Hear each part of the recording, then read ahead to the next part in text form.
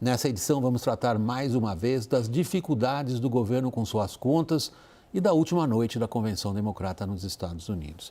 Antes da gente começar a nossa conversa, queria agradecer a participação do Felipe Salto. Felipe, obrigado pela disposição de vir até aqui ao estúdio na Avenida Paulista. O Felipe Salto é economista-chefe da Warren Investimentos. Boa noite, Felipe. Boa noite, William. Boa noite, Caio. É um prazer estar aqui com vocês. Daniel Hittner, boa noite para você em Brasília. Caio aqui comigo na bancada. Boa noite. Vamos ao primeiro assunto.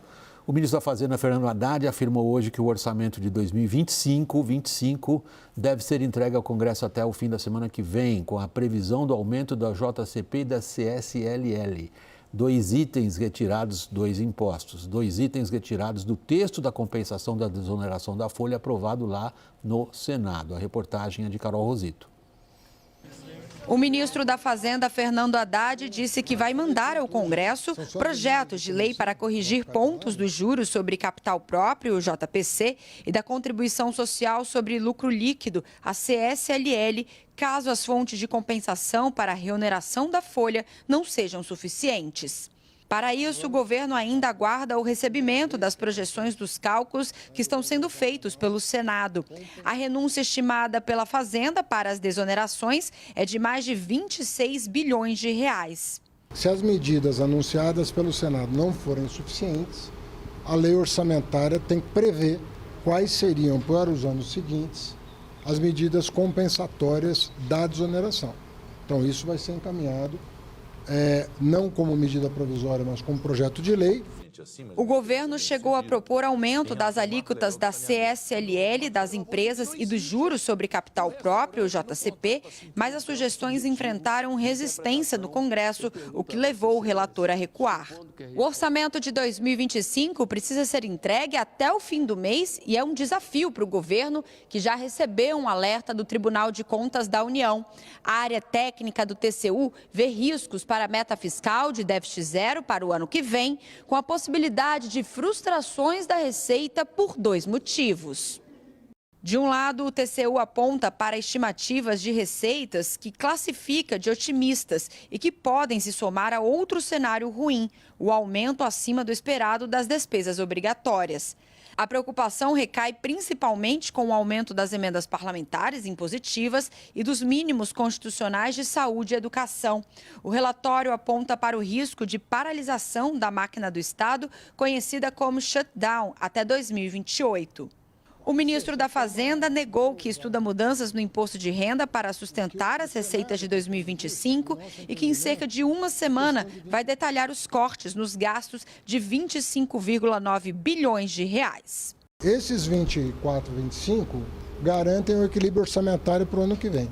Isso não vai nos impedir de propor aperfeiçoamentos para o Planalto, no sentido de aperfeiçoar alguns desenhos de programas sociais. Felipe Salto, vamos pegar umas das expressões utilizadas ali pelo ministro Fernando Haddad, quando ele disse se não forem suficientes as medidas propostas para a compensação do buraco deixado pelas desonerações, nós vamos ter que dizer de onde vem. Ele já está nessa situação. É impressionante como essas desonerações, elas compõem uma espécie de novela que não acaba, né? Não, a gente não consegue sair da questão fiscal. De fato, porque o Congresso ele quer só a parte boa, não quer a parte ruim. Então, todas as medidas que foram propostas, inclusive já foi proposto aumentar a CSLL, que é aquela contribuição sobre o lucro. Que não passou. Não passou. Agora vem de novo na proposta orçamentária, quase que como uma ameaça, né? Olha, vocês têm que aprovar isso, senão a gente não consegue manter a desoneração. Lembrando que tem a decisão do Supremo que dá guarida para o Executivo. Agora, esse é um dos problemas do ano que vem, William, porque nas nossas projeções lá na Warren, a gente enxerga que o déficit pode aumentar no ano que vem em relação a este ano de 2024, porque as despesas estão crescendo muito. O ministro falou agora que vai detalhar aquele corte de gastos de 25,9 bi para o ano que vem, que havia sido proposto, mas está todo mundo à espera de um milagre, né? O tal do pente fino, eles ainda não detalharam, nós estamos há quase um mês esperando esse detalhamento. Exato, o pente fino veio aí, vieram duas portarias da área social, do INSS e do Ministério do Desenvolvimento Social, que dão um certo norte para o que vai ser esse pente fino, mas como a gente discutiu até da outra vez, a questão da revisão dos gastos, as spending reviews, essas ainda estão bem cruas. O que o Haddad fez hoje, Daniel? Algo assim na gíria, se me perdoe. o orçamento subiu no telhado? Olha, tem dois problemas, orçamento de 24 e orçamento de 25. Déficit zero em 2024, com uma tolerância ali, então dá para fazer um déficit de menos 0,25, isso significa cumprir a meta, e o déficit zero de 2025. Bom, 2024, o Ministério da Fazenda jura que está resolvido com essas compensações para desoneração da folha, que vão arrecadar mais do que a despesa provocada pela desoneração. Por que isso não está no relatório ali do Jacques Wagner, que está sendo votado no Senado e vai para a Câmara? Porque não dá para você apontar objetivamente o quanto vai conseguir em atualização dos ativos patrimoniais, os ativos contábeis. Não dá para saber exatamente quanto vai conseguir no refis das agências reguladoras. Não dá para saber quanto exatamente tem de dinheiro esquecido nas contas que ninguém foi lá resgatar, nas contas bancárias. Mas acham que tudo isso é suficiente para cumprir a meta de 2024. O problema é 2025. E aí, da onde nasce a ideia de aumentar a CSLL e reter mais imposto de renda de juros de capital próprio? Nas conversas sobre as compensações para a desoneração da folha, numa das primeiras conversas ali entre Haddad e Pacheco, junto com os líderes do Senado, um senador apoiado pelos outros disse: a gente pode taxar mais os bancos. E aí a resposta do Ministério da Fazenda foi: poxa, mas se a gente taxar mais com CSLL só os bancos, a conta vai ficar muito pesada, vai encarecer o crédito. Então vamos fazer uma coisa mais horizontal, que a gente aumenta ali 1 ponto percentual ou menos, mas para todos os setores. E a reação foi positiva do Senado. Depois foi mudando, ao perceber que isso seria encarado como mais uma taxação. Mas é o que sobra para 2025. Não tem muita escapatória, a não ser mais receita, mais taxação. Obrigado, Daniel. A gente vai dar ainda mais uma volta nisso, colocando o TCU, mas antes eu queria colocar o Caio na conversa com o seguinte. Primeiro, como você disse, a gente não escapa de ter de falar aqui das questões fiscais. Caio, e nessa há uma questão política relevante, que é a que ficou na reportagem da Carol Rosito, que é a seguinte: se não passou agora esse aumento de alíquotas, por que vai passar o ano que vem? A dúvida, né? Se vai passar o ano que vem, né, William? E justamente... Quer dizer, do ano que vem, quer dizer, para o ano que vem. Sim, para o ano que vem. Deixa eu me corrigir. A gente tem que colocar a imensa dificuldade do governo no Congresso, potencializada pelo acordo que não foi acordo das emendas, que segue com uma dificuldade tremenda.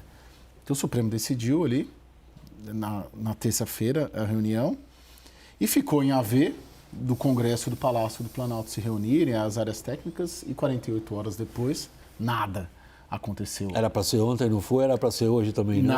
Nada. Os técnicos que eu tenho conversado lá estão aguardando. E isso impacta diretamente, porque muito embora o princípio da transparência tenha sido a grande vedete ali do acordo, né, vendido ali como a grande motivação da revisão do processo de emendas, é no caixa que o governo precisa operar, né, para tentar reaver um pouco, pelo menos parte dessas emendas, para conseguir fechar o orçamento. Agora, se ele não se entender com o Congresso na questão das emendas, na regulamentação do acordo das cúpulas dos três poderes, nem orçamento, nem LOA. Vamos lembrar que a lei de diretrizes orçamentárias ficou para depois da eleição também. E vai se confundir com uma revisão de meta fiscal, que vai se confundir depois com o debate do orçamento. Então, eu acho importante você mencionar, digamos, essa salada política e como ela está travada, em função de outro aspecto que foi trazido pela Carol Rosito na reportagem dela, que é o alerta do TCU. Nós já vimos esse alerta não faz tanto tempo assim. Teve uma enorme repercussão esse alerta do TCU, que basicamente repete o mesmo mantra. As receitas são otimistas e as despesas estão crescendo. Exatamente, William. O que está acontecendo é o seguinte: o orçamento, imaginando que ele fosse uma pizza, 93,6% do orçamento é rígido. Certo. Então, você tem uma fatia mínima que sobra dessa pizza, que é o chamado gasto discricionário. Só que lá dentro, o Congresso estendeu os tentáculos também nos últimos anos, não foi agora, desde 2015 pelo menos, e ele hoje detém dessas discricionárias 1/4. Ou seja, daquele pedaço da pizza, 1/4 é do Congresso. Exato. O pedaço justamente onde deveriam estar os investimentos relevantes para o país, para o setor privado também ser estimulado a voltar a investir mais. Então, não há Cristo que aguente. Quando o Congresso pega 50 bilhões de emendas parlamentares, até o Supremo se mobilizou e reagiu, uma vez demandado, e disse o seguinte: estão suspensas as emendas. Então, isso é uma coisa muito relevante, porque não se está pagando nenhum centavo de emenda nesse momento, até que eles resolvam esse imbróglio. E o Caio acabou de dizer que não estão resolvendo nada. Pois é. Agora, veio uma sementinha ali no comunicado conjunto do STF, do Legislativo e do Executivo, depois daquele almoço, né? Daquele lauto almoço, em que é um único parágrafo ali. Lá Que no último, né? A trava, né? O último, que é uma trava em relação às despesas discricionárias. Isso pode ser uma coisa importante. Ô Felipe, você é super nosso convidado sempre aqui, mas eu vou tomar liberdade. É só uma observação que eu tinha feito da última vez, com todo o respeito que tenho. Assim, eu divido assim, o Congresso pegou. O Congresso pegou porque alguém ofereceu, e quem ofereceu foi o Palácio do Planalto, para garantir sustentabilidade política para os presidentes que estavam lá, que eram presidentes frágeis. Estou falando de Dilma Rousseff, Michel Temer e Jair Bolsonaro. Porque não foi um processo que, de repente, e você sabe melhor do que eu, que você estava lá, né, inclusive, né, nessa época. Foi um processo dentro de um contexto político, dentro de processos políticos legislativos aprovados dentro de ritos do Congresso, por 4 emendas constitucionais, em 3 legislaturas. Não, só porque não é nenhuma divergência, mas assim, é só porque não foi o Congresso avançou porque alguém permitiu avançar para se garantir no cargo. O que você, como especialista em contas públicas, diria para o Caio, o repórter político, nessa situação? Que o Caio diz o seguinte: olha, a política como ela produziu esse resultado que você, especialista em contas públicas, lamenta. E qual é a saída? Eu entendo que nas democracias consolidadas, William, você entende disso mais do que nós, as instituições, elas permitem que os avanços sejam incrementais, né? E às vezes você retrocede uns 2, 3 passos para depois dar meio passo. Eu acho que nós estamos talvez no momento de dar esse meio passo à frente, que é esse grande acordo. Mas não vai reduzir o total das emendas. Olha, se você colocar um holofote, que é o que eles estão tentando fazer, o Supremo, em cima dessa bagunça que viraram as emendas PIX, as emendas impositivas em geral, já vai ser um ganho tremendo. Porque muita coisa vai ter que parar de pagar por razões de ineficiência, para dizer o mínimo, quando não corrupção, né? As emendas PIX, elas voam de Brasília para o município sem controle nenhum. Sim. O Daniel está me pedindo a palavra. Eu vou me atrever, não sei se vou conseguir, a conectar, a amarrar essas discussões que a gente está fazendo aqui. A gente passou aqui os últimos dias falando de como o Congresso avançou sobre o gasto discricionário que existe ali no orçamento. E a gente está culpando muito o Congresso. O alerta que o TCU está fazendo hoje, mais uma vez, é que a máquina pública vai ficar paralisada virtualmente até 2028, não por causa das emendas, que elas têm um peso, mas uma coisa é ponto pacífico aqui nesse acordo desta semana. As emendas não vão crescer mais, elas estão num nível muito alto, mas não vão crescer mais. E o que vai ocupar verdadeiramente o espaço do gasto discricionário, o que vai congelar, travar qualquer perspectiva de você escolher onde gastar, é a escolha do Executivo de reajustes previdenciários acima do salário mínimo, vinculação de despesas de saúde e educação. E a gente não quer que o aposentado ganhe menos, não se trata disso. O que a gente está falando são de escolhas. O governo escolheu conectar, vincular os reajustes a uma regra que não se sustenta ao longo do tempo. Assim como ao dizer que está gastando mais em educação, no fundo, não está gastando mais em educação ou saúde escolhendo bem o gasto, mas dando 14º salário para professor, porque precisa cumprir um mínimo constitucional. É isso que está acontecendo. E é esse pacote de coisas que vai inviabilizar a máquina pública. Esse ponto que ele está mencionando é relevante, Felipe, porque foi uma escolha política do governo, talvez não se tivesse pensado nas consequências, quando se aprovou o arcabouço fiscal, que foi vincular o piso mínimo ao crescimento da receita. E agora? Esse é o problema. Na verdade, é uma escolha que, a meu ver, nós fizemos lá no Pacto Social, na Constituição Cidadã. Só que é uma escolha... 88, tá? Porque é uma escolha que tem custos. O saudoso Delfim Neto falava sempre isso.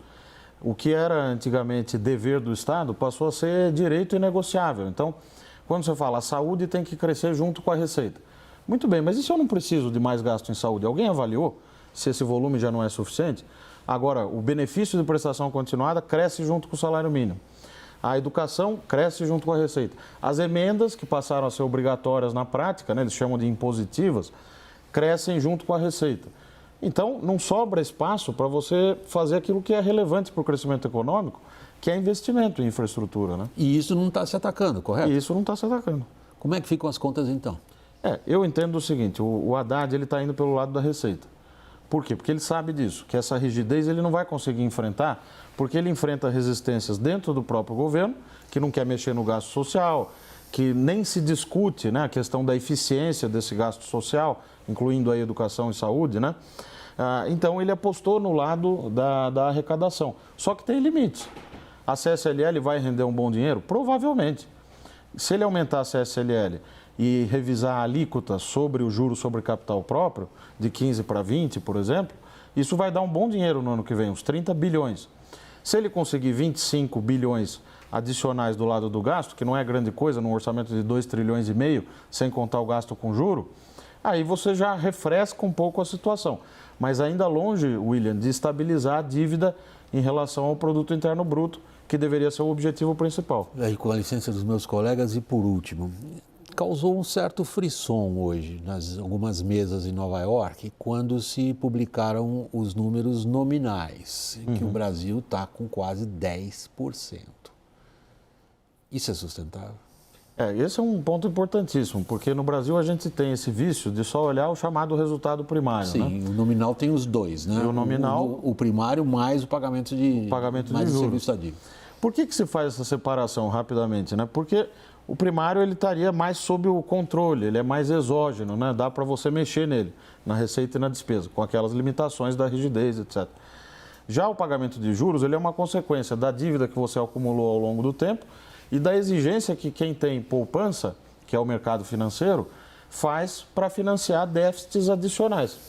Então, o déficit nominal hoje é gigantesco, né? Como você mencionou. 10% do PIB é de um país em guerra. Exato, 10% do PIB com 700 bilhões que nós vamos caminhar para gastos com juros. O gasto com juros já está praticamente igual, um pouco menor do que a gente gasta com a Previdência Social inteira. Né? Como é que muda isso? É o cachorro correndo atrás do rabo e o rabo atrás do cachorro. Tem que fazer o ajuste fiscal, que aí o juro vai ser menor. Felipe Salto, muito obrigado pela participação aqui conosco no estúdio. Felipe é economista-chefe da Warren Investimentos. E boa noite, Felipe. Boa noite, William, Caio. Obrigado. Daniel, Caio, a gente vai para o intervalo. Na volta, o Supremo Tribunal da ditadura venezuelana coloca as atas eleitorais sob sigilo e reafirma que foi Maduro o vencedor das eleições. Até já.